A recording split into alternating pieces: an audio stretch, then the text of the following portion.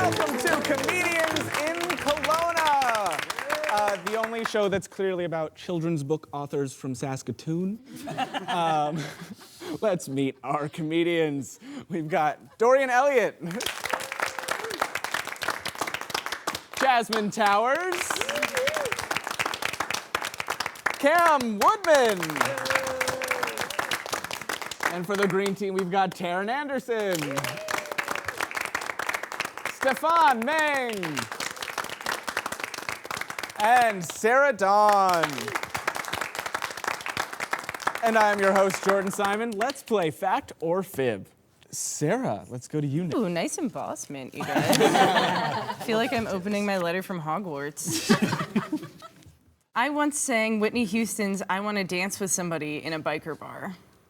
How is it that you were singing in a biker bar? Okay, so I don't know how long you guys have lived in Kelowna, but there used to be this bar in Rutland, and it was called the North of 40. And I've been going there since I was 18, which is illegal. Yes. And so I used to go there, and they would announce when I came in because I went there so much. I think I might have been like the only person bringing in clientele who were also illegally underage children to go to this bar. So when I came in, they called me Trouble. They would call me Trouble over the thing. They go, "Here comes trouble," and so I went in, and it's not always a biker bar, but sometimes it's like their other clientele was definitely questionable, and I was so young that I'd be like, why are all these guys going to the bathroom together? And so there were like a ton of bikes outside of the bar, and I was like, oh neat. I went in, I was pretty good at pool. I ended up chatting with some of these older gentlemen, many of whom reminded me of Santa Claus, and are in fact not scary at all. But it is weird to have so many images of like, you know, injured women on your body, tattooed forever. So that part was weird, right? That was definitely an odd moment. But I'm sorry, I've been answering this forever. I love it. Bring it. I want This is how she does stand-up. This is not a tell. So, how did it transition to me singing? Yes. Yes, Okay, the thing. Yeah, that's a good question. Okay, so no, I was in there and I was chatting with Santa. His name was probably Jake or something. I don't know. It was Santa. And he was like talking. We ended up talking about like toxic masculinity and how he didn't feel like free to express himself. And I was like, dude, if you love Whitney Houston, just go with it, right? I was like, you don't have to be afraid. I'll do it first. So I got up on the pool table. On the pool table? Yes, and I started singing along with the radio, which was Whitney Houston's I Want to Dance with Somebody. And when I got to the part where I was like, I want to feel the heat, you know, when it gets really high, he like got into it and was like, that's it. And I feel like we really broke down a barrier for him. He got up on the pool table as well. Like Tangled. Yeah. Yes. Tangled. It was beautiful. Sarah is a Disney princess. It was an amazing moment for all of us. Like, after that, he might have called his daughter. I don't know. But I was just trying to help him become who he is, you know? You know what's it's such a good story, and I am so leaning to believing you. However, there were other underage people who also went to the North of 40, namely me, and it is a country bar. Whitney Houston never graced the pounding speakers of that country bar. Not when I was in there. Because trouble walked. I was allowed to ask for stuff. I was sleeping with the DJ. So you requested Whitney Houston? I did. Oh. Well, because he had said that he loved Whitney Houston, but that he had to listen to AC/DC all day. Can you imagine that's your world? Like, you have to just loudly listen to AC/DC, even though you really want to be listening to the sweet, sweet sounds of Whitney Houston. My favorite is picturing like aged Santa getting up on a pool table, just like flopping and then rolling, and then I can't even do that now. I'd be like, oh my gosh, I can't get up on this table. He did have some trouble because of the bow-leggedness from riding his bike all the time. But he made it up, you guys. I like this Santa guy. I don't know about this one, guys. You know, I want it to be true, and I think I believe the little part that he talked to his daughter after and all these things. But I'm worried about the logistics because normal people are really persnickety about what may touch the surface of a pool table. Ooh, good one. But not at this. This was literally the pool table looked like someone had thrown up on it every day for like a year and a half. And then You thought you could get one in. it was someone's like sad job to have to clean that pool table. Your ball just was like opening with like a scraper, you know? Just But they like had to every clean it morning. every time. Yeah. Yeah. I'm voting. I want it to be true. I feel like I think I am ready to vote. I'm way too competitive. I want it to be true so bad, but I can't. you know what?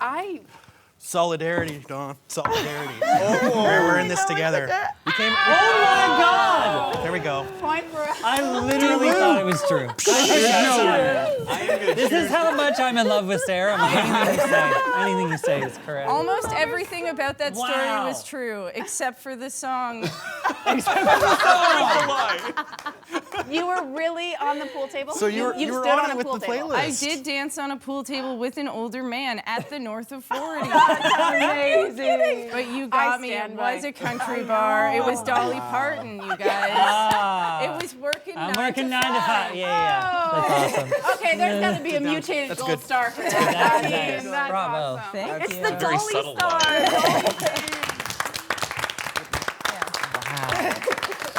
Oh, I hear they have a great pool table. they do.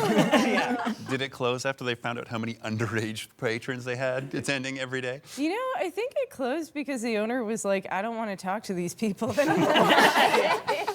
Anyone remember the Willow? Am I like old enough that is there anyone in this room that remembers the Willow? I remember the Willow. Goodness. Oh, that place was so trash. Yeah. That's right. I saw it. You guys are like kindred spirit Yeah. drinking buddies, you know what I mean? Like you're just finding one another.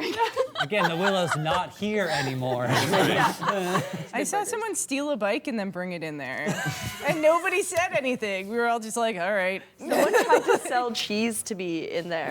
Like opened up with like a $10 brick of cheese and was like, do you want some cheese? And I was like, I don't even know what to say right That's a good deal. Was this also a rat in a trench coat? You buy that cheese every time. Yeah. That's true. I was like, I don't want the cheese. That's later cheese. Later cheese. Like raw That's bacon. midnight cheese.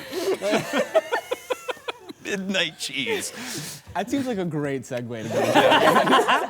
Oh, is it me? You're up. I hope it's a cheese-based lie. Oh, I hope it's a cheese-based lie too. I once made Eddie Murphy laugh. Okay, how did you meet Eddie Murphy? I met Eddie Murphy outside of a building in Vancouver. Wow. I feel like I was there. I did. I was outside of a building, and like a big high-rise building, because it's the city. And I met Eddie Murphy, and he is a lot shorter than I thought. Sorry, Eddie, if that offends you, but he was a lot smaller of a person, and because I'm quite tall, and I was like, oh, Eddie, you're just a wee one. Yeah. Yeah. Was he filming anything at this time? He was not filming. He was standing outside having a cigar. A cigar. Yes. But why was he in Vancouver? I didn't get into it with him because I was too busy being like, holy expletive, Eddie Murphy. what is happening right now? Eddie, yeah. And there were some bodyguards that were there, and they were very robust, so I didn't want to throw my weight around, figuratively and literally. Yeah. How were you, like, were you one-on-one with him, or like, was there a bunch of people around? It was very weird. It was one-on-one. It was a one-on-one, some bodyguards. I've had this dream. And if I recall correctly, there was a very tall, beautiful woman in a big fur coat. Oh, I've definitely had this dream. You're like, wait. Yeah, and he really laughs like you see on TV. Like he actually, I won't imitate it because I will not do it justice, but that like, you know, That one. Yeah, the one. He actually laughs like that, and yeah. I may or may not have been drinking that evening, so my memory is unclear, but. Do you remember what you said that made him laugh? I think it was just my sheer discomfort that he laughed, and then it rang through my ears like, you know, a melody, his like, I can't do it. I don't even know. Sounded like the count. With the big, totally with the count.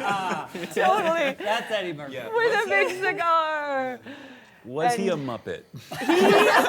He may or may not have been a Muppet. Wasn't the real Eddie Murphy. No, it was one of the best experiences of my life because I am rarely speechless, like almost never speechless, and I was completely because yeah, it's Eddie. So he laughed at you, not with you. You're 100% at me. 100% at me. There is no way that I made Eddie Murphy laugh because of my wit or charm. 100%. Yeah. Why? Okay, so I'm picturing this as you like in a back alley behind a building in Vancouver. Now, I too have had a few drinks and been walking home in the city. My question is, why were you in a back alley? This is a good question. I had come down from the apartment that I was at a party, and I had come down in the elevator and got a bit mixed around. That might have been because I was at the party. And then took the back stair route out into the back alley, which, surprise, then I was in the alley and not at the front of the building. Yeah. How old are you? Maybe 24, 25. So last year. Yeah, that's right. Are we ready? We are. I think so. Here we go. Okay. I choose to believe it. I choose the Well, fib. you know what? God, go, Jenna. Bravo.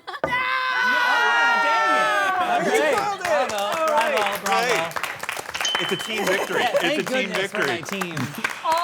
Every single scrap of that was true. Wow. There's not a single. I don't lie You when were it's my so truth. vague. Because I couldn't. I was like, yeah. So let me get this straight. You were really standing in front of a building in Vancouver? I was in front of a building, and I was actually behind a building, and Eddie Murphy was really there, and I was really inebriated, and I walked out, and there is like Eddie Murphy. Like, how do you even handle that? And I think I probably made sounds like, and then he's laughed. And I stood there for a little while longer, and that was my closest I've been to being famous. You're welcome. This is just a question for me. Did he hit on you? He had the most beautiful woman in a fur coat standing beside him. He absolutely did not hit on me. Okay, I was like, that didn't answer my question. Absolutely did not hit on me. 100%, no. I hope when Eddie Murphy watches this that he'll be like, damn. I should have hit on her. Missed my shot, guys. When he watches this. When? It's only a matter of time. A copy's getting mailed. Yeah. I think it's Stephane. All right. I know because I'm the chooser that it is Stephane. Can't be wrong. Yep. I was once at the same outdoor wedding that Jerry Seinfeld was at. Wow. In Thunder Bay? Not everything I do happens in Thunder Bay. Where am I now? How did I get here? What's the deal with weddings? Where were you? Well, believe it or not, I was in Los Angeles, the home of Jerry Seinfeld. No. Los Angeles, Ontario? Good check. California. How is it that you came to both? Oh. LA is a big place. How did the wedding happen? Let's put it this way. If you're in LA, you're gonna end up at a wedding with Jerry Seinfeld. It just the guy, he's like, I think a bit of a wedding crasher, really. Because first of all, it wasn't Jerry Seinfeld's wedding, obviously. I didn't get invited to that. Nor was I invited to this wedding. You weren't invited to this. No, I didn't crash it. I was working the wedding. And everyone's like, this makes more sense. Yeah, that's right. Now let's listen to the man. He does look like the help. He does look strong leader vibes. What did you wear? What was your uniform? It was just a tuxedo. Your uniform was a tuxedo. That is Were you a stripper? Sarah, he's on our team. I know.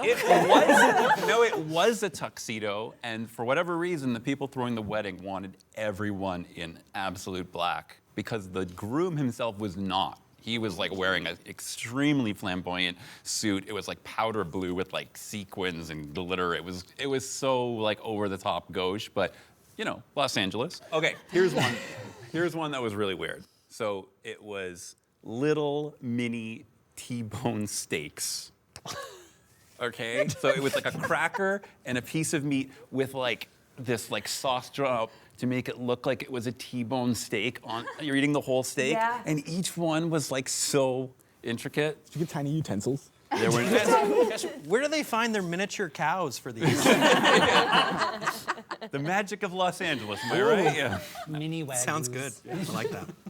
So, did you have any interaction with the great man? And did I interact with Jerry Seinfeld? Yes. I was working at the wedding. Yeah, but he might have come to taste your little steaks. I never actually got to serve any food directly to Jerry Seinfeld. Okay. There were other like B and C list celebrities there. Like the guy who played Dauber from Coach was there, and like I served him a T-bone steak, but nobody cared about him.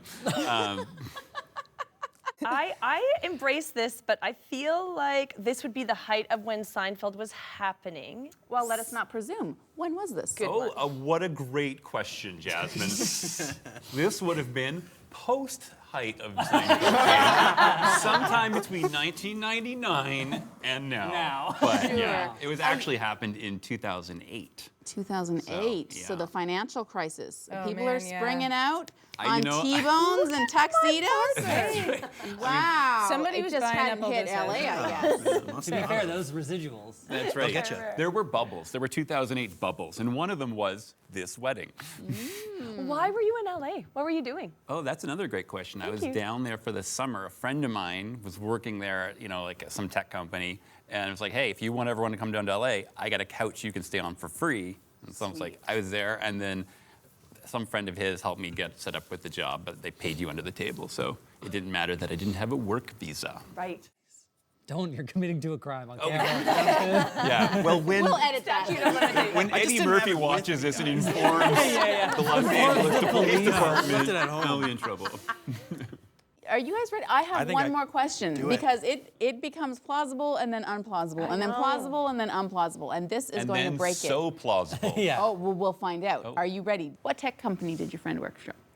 Oh, he, quick! What is it? Seagate. What? Seagate, Seagate. yes. And what do they sell? Hard drives and was- networking equipment, yeah. He's correct. That's not a software No. company, that's a hardware company. They Oh need God, s- we are No, so he said competitive. tech company. He didn't Yeah. say software. Nice Okay, try. I know, I'm trying. I like how Sarah and I got really defensive. Sarah is my truth or Fact-or-Fib attorney. You can send all questions through her next time. You're doing. I'm enjoying the support. Totally.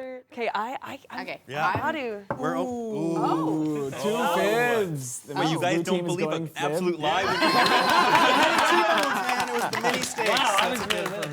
That was good. He was also correct. Seagate it does sell hard drives. that sold you. Huh? Good thing I got you. If we learned anything, Right. it's that Seagate sells hard drives. I hate to tell you, there were no mini T-bone steaks. I knew Have it. you never had them in your life?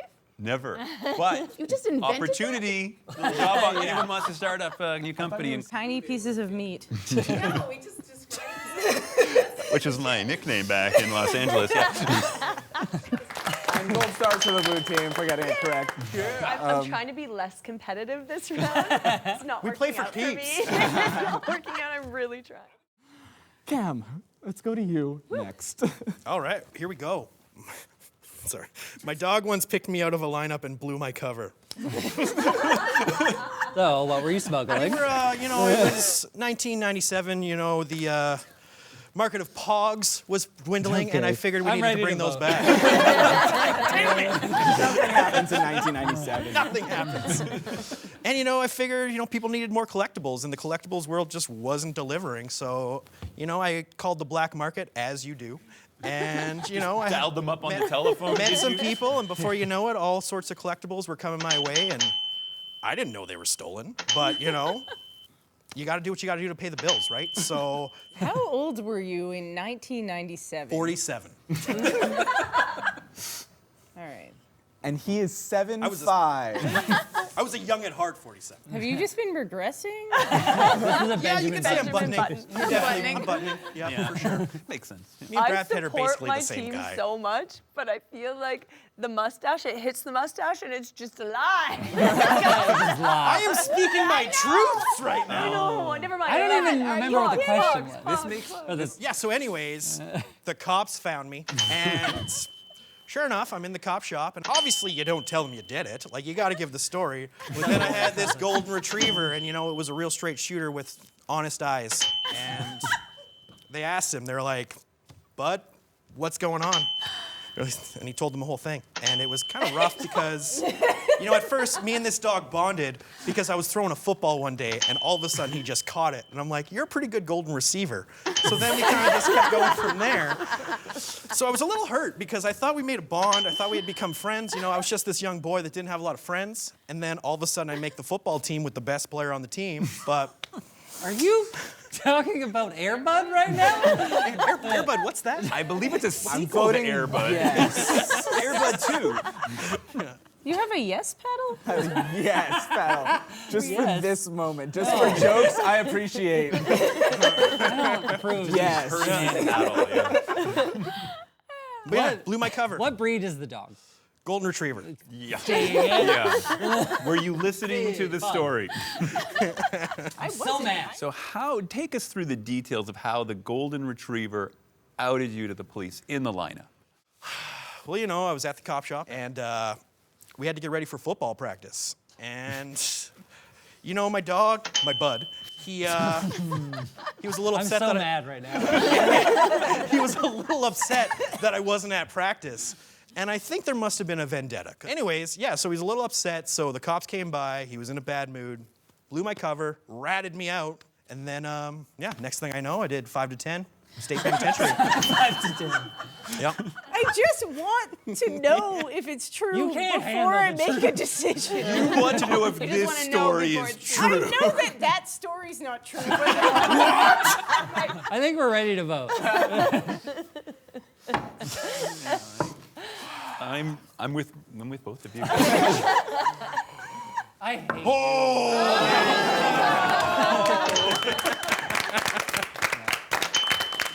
I tried. Stephane, we go to you. Well, all right. My family was involved in a neighborhood tradition of reverse gifting holiday treats. What's the worst treat you've gotten? Oh, I think you might be misunderstanding the concept of reverse gifting. What is reverse gifting? Oh, yeah, well, we'll start there. That's a great question. So, you're familiar with the concept of gifting, right? Yeah? No, Gifting? please explain. No. Yes. I'm pretty sure the audience is familiar with the I concept go, of he's gifting. asking the question. Yeah, it's a rhetorical question, Don't folks. really spin We're getting to the details. Well, it's the exact opposite of that. So it's robbing. In reverse. Exactly. Exactly. So normally at Christmas, someone comes to your door. They're carrying, some treats, maybe in a tin, maybe on a plate with saran wrap, and they give it to you. In this case, what you do is you go to their house, you go into their kitchen, you use their ingredients, you bake goods for yourself, and then you take them and leave. What? Yeah. Thunderbang. She knows. You've been there. I have. Yeah. I have been Ontario's crazy. People just have baking ingredients everywhere. Do they know you're coming? Okay. No and then yes. Okay. So So they walk into their kitchen and then it's a yes. this is a neighborhood tradition. Okay. And it started accidentally, Okay. and then it evolved into sort of something that people started to do. So the first time, no one saw it coming. Right? But after that, people were like, I know what's happening here. No one So- saw it coming because it was breaking it. I'm feeling old. Middle of the night, you try not to wake the family. No. So we had this woman in our neighborhood. Her name was Sheila. I'm going to call her that because that was her name. And so anyways, So Sheila came over, and she just asked, she asked to borrow some butter because she did need some butter for some shortbread cookies or something that she was baking. And then what happened was she came back like 20 minutes later, and she's super apologetic, and she said, "Oh no, my oven has broken. Can I just bake the shortbread cookies in your house?" Or whatever she was baking. And first my mom and her are close. She's like, "Of course, come in," and we're all chatting. And then as she's baking, she's like noticing that my mom has ingredients that she didn't have, like I guess like macadamia nuts or coconut or something like that. And so she's like, "Oh, I'm just gonna start adding those to the cookies." And next thing you know, she's just baking this completely different thing. And there is no way that this is a lie because you couldn't remember what was on Jerry Seinfeld's hors d'oeuvre tray, but you remember macadamia nuts and coconut. well, Macadamia, come on, man. That's right. 100% true. well, maybe since the last question, all I've been doing is sitting here thinking of food items. You flipped it on us. Yeah, specifically Right. Christmas-based. That's right. I could feel this coming, yeah. So Sheila creates an entirely new goodie. Right, Yes. yeah.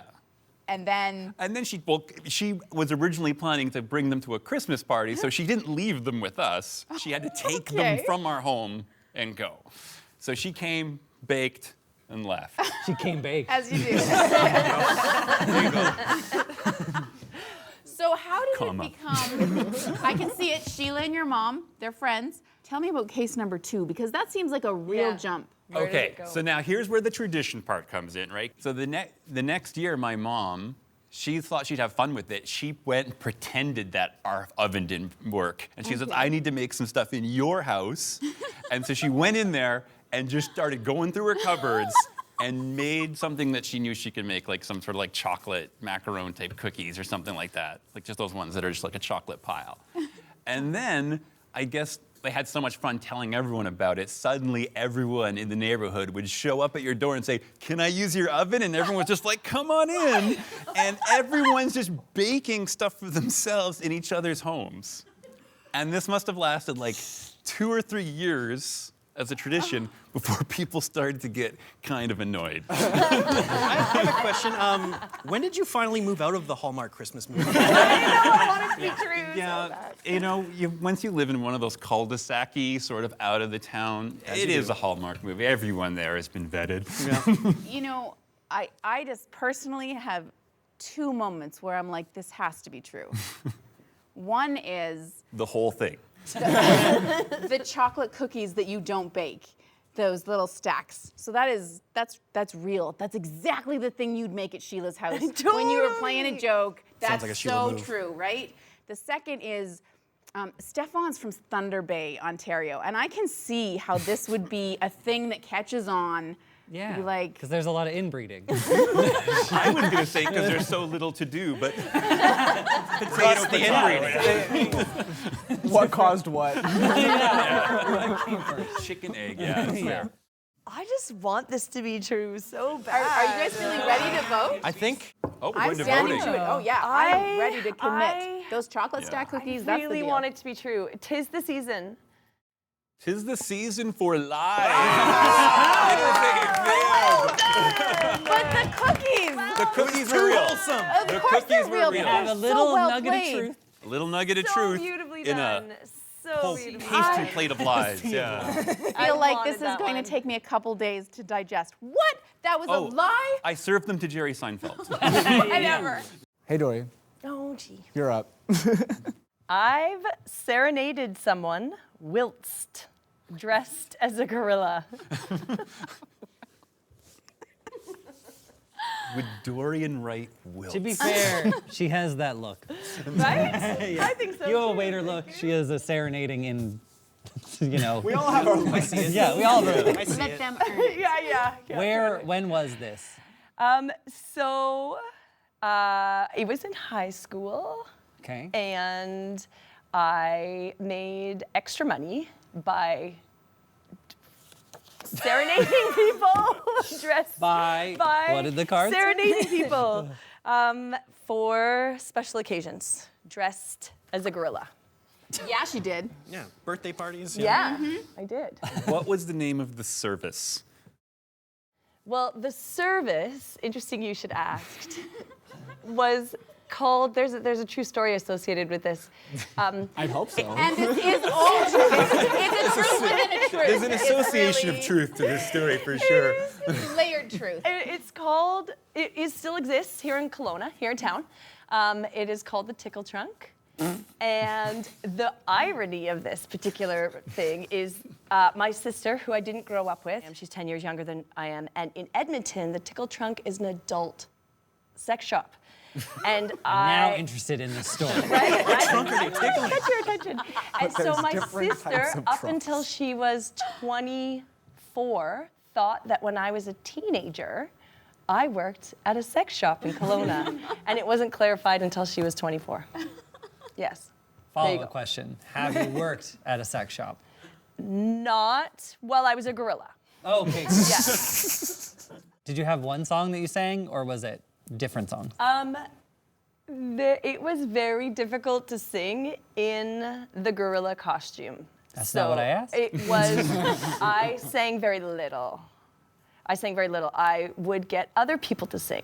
But you serenaded them. Yeah, behind the mask of the gorilla. So you had like a band or like a group?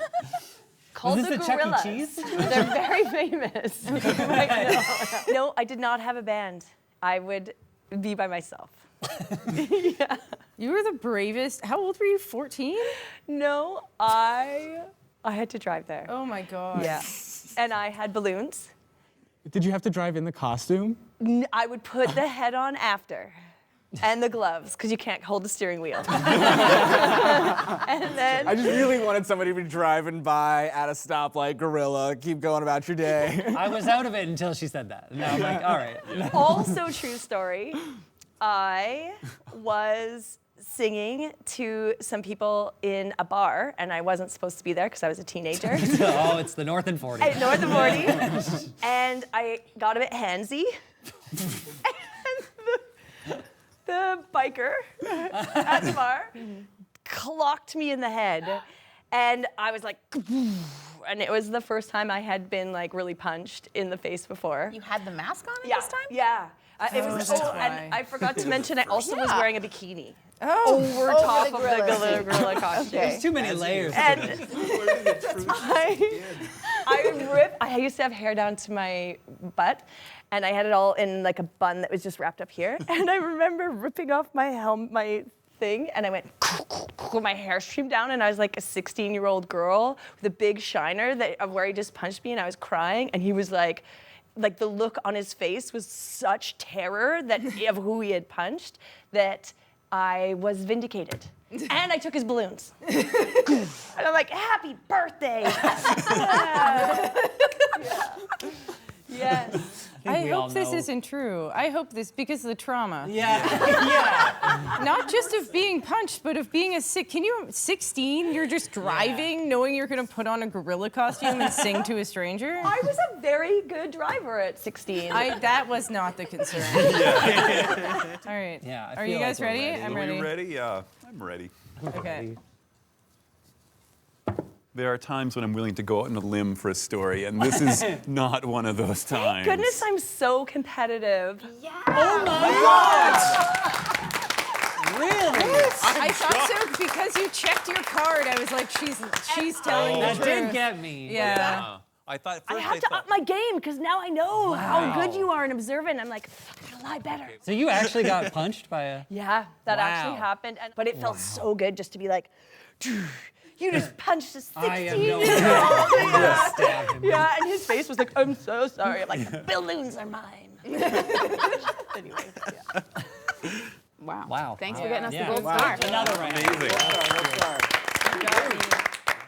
It is time for the Book of Truths. Oh, the Book of Truth. The Book of Truths. Okay, so the Book of Truths. In this Book of Truths, there are 6 cards. They are all true. I'm going to choose one and read it, and it belongs to someone, one of the comedians sitting here. And I get 2 questions to ask each of you, and then I have to guess. The Book of Truths. Let's see. You Just guys should have spinning Pulp it. Fictioned it and have like a light. That could have been cool. Sorry. The Book of truths. The truth is, I've peed beside a famous bridge. Try it on. Try it on. Well, you know, guys, I just had to go, you know, so I was out by the Golden Gate Bridge, and I just relieved myself. Golden hue through the arches. Okay, were you like, no, you were beside the bridge. They were like, there was no height below. That's my question. Yeah, I was on and beside, you know. Okay. Yeah. Okay. So neither. Yeah, I was on. We're gonna go with on. Cool. We're going with on. And were you with anyone? You know, I was with all my adoring fans. You know, we were just hanging out, having a good time. They were like, I bet you can't pee over the bridge. I was like, challenge accepted. Could be true. Could be true. Just bet you that? Hey, I bet you can't be over the bridge. I've peed beside a famous bridge. What bridge? Spence's Bridge. Ooh, okay. It's very famous locally. Okay. Why were you there? For the corn. That is what you get in Spence's No more Bridge. questions asked. I've peed beside a famous bridge. Which bridge?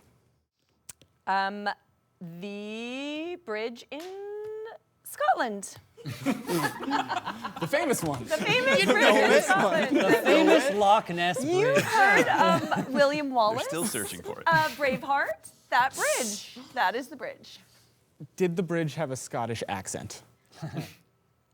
I believe it did. I believe it did.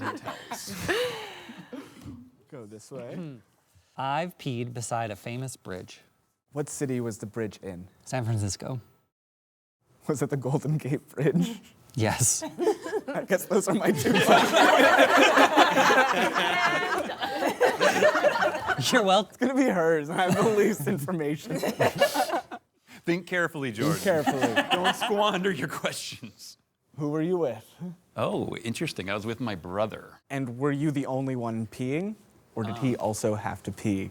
No, I was the only one peeing. He was standing guard. You're done. You're done. Open-ended You're done. question. Okay, I've peed beside a famous bridge. What bridge? It was the Golden Gate Bridge. It was the Golden. A lot of Yeah. people visiting the Golden Gate Bridge. And why were you at the bridge? I used to live in a van with a guy who was a bluegrass musician.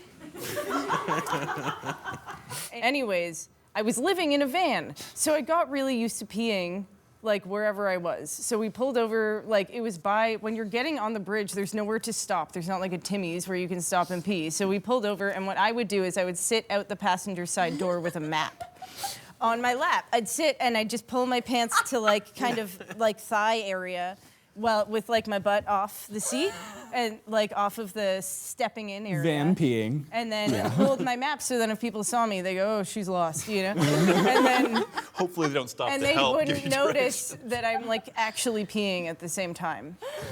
The fact that you planned in, great use of a question, by the way. Props to me for you telling a story.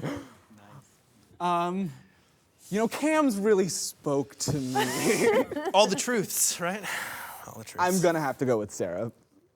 Sarah. It was so good. The bluegrass was. Is that true? The blue. All right. Yeah.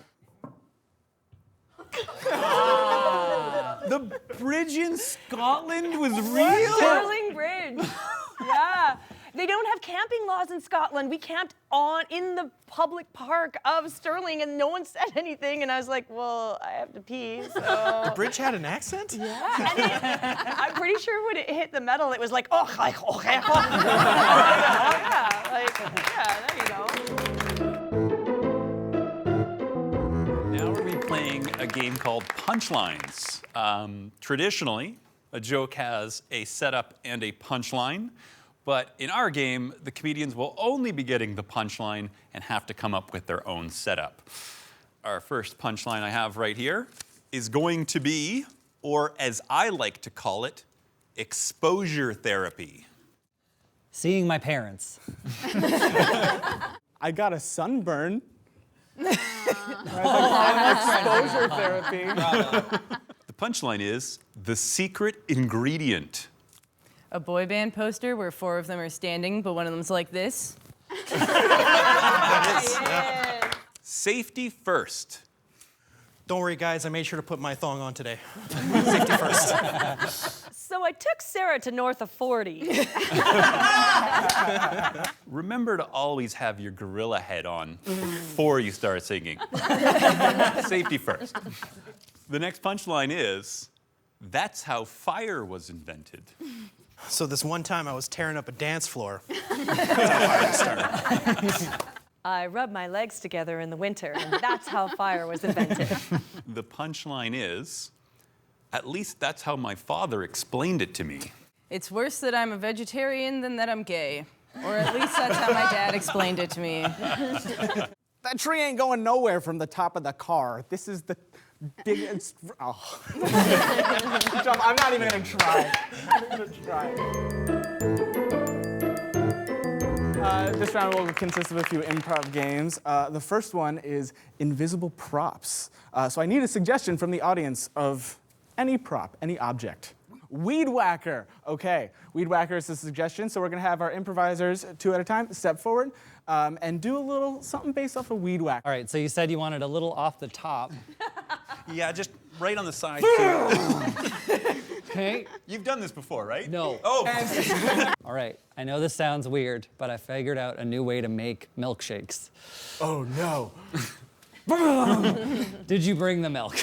Yes, I did. And You said you wanted a tattoo of a weed whacker? I'm 90% done, so I hope that's what she said. yes. Great. It's done. Thank you. One more prop. Bowling ball.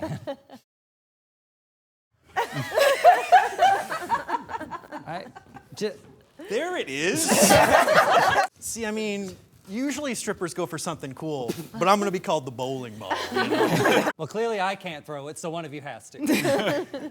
Thank you. Oh, that was the heavy one. I legitimately thought that they were bowling bowls.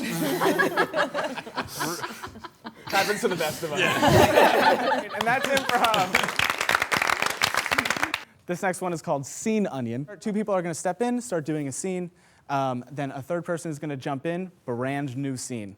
4th person is going to jump in, brand new scene. We're going to work all the way up, and then we're going to peel the onion back down. We're going to leave in the same order and follow the scenes back down. We need a suggestion to get started of a location. Car dealership. So if you see here in the interior, it's very moldy, but I feel that it just gives it a scent. Well, So I I was think gonna mention the scent. Like, did you? It's earthy. Selling my new scent. It's called Earthy. It's so nice that we get to get out of work and just hang out as though we are Right? friends. Yeah. I like that. I despise all of you, but Yeah, thank you. Cheers to hating your guts. The monkey is almost here to start singing, so we all need to hide, okay? Everyone hide. I guess I'm the monkey. If we're gonna deal with this dead body, then we can't, first of all, nobody talks about this outside of this circle. Secondly, I've already texted everybody. Has this ever happened to you? Your friends just all start sniffing a thing on the ground, and you don't know what they're sniffing. Feel like we shouldn't be on the body. That's really not Why are we helping it. smelling the Like body? that. So there was a gorilla we're hiding from? Oh, yeah. Yeah. Honestly, just You're back up. Do you want another drink? Oh yeah. Finally. Sorry, I just drank. Have I'll to go sell leave. this somewhere else. Thank you I'll go so sell much. This car is about to explode. Would you test drive it with me? No. Ah, that's my answer. This game is called Orchestrated Story. So it'll be a story conducted like an orchestra. I will conduct the different storytellers, and as a team, they will tell the best story you have ever heard. A rat. This is the best story you've ever heard about a rat. So my partner owns a Scirocco, and one time we found a rat when we opened the hood. And it was so fat, just the fattest rat you've ever seen. And you know what? There's a real big market for fat rats in this town. and fat rats are actually delicious. And so we decided to get him on the grill. So he could open up his coat and sell cheese. And also use me as kind of a puppet. Because I'm a puppeteer. I like to play with rats and do my thing with the puppets that are rats, you know? So to just elaborate here, I had a rat on my head that was extremely fat, and I started to get I started to get all this attention from everyone in my neighborhood. Like, what's going? Going on, and it didn't happen when I wore alligator boots. Because the boots were made of alligator skin and not rat. Now, obviously, if I'm wearing alligator skin boots and we're talking about rats, we're going off topic, but you know. And we forgot about the grill. So we had the cheese on the grill with the rat, and he was puppeteering me. He's a multitasker that does a lot of different things. Now I'm a millionaire. And now I have created small plushies of this rat that you can buy. And use to form your own sort of cult around this rat, which is what I've always wanted. And scene. That's our improv round. All right, thank you so much to the comedians again for being on. We've got Stephane Magne, Cam Woodman, Sara Dawn, Taryn Anderson, Doryan Elliot, got Jasmine Towers. And our host, Jordan Simon.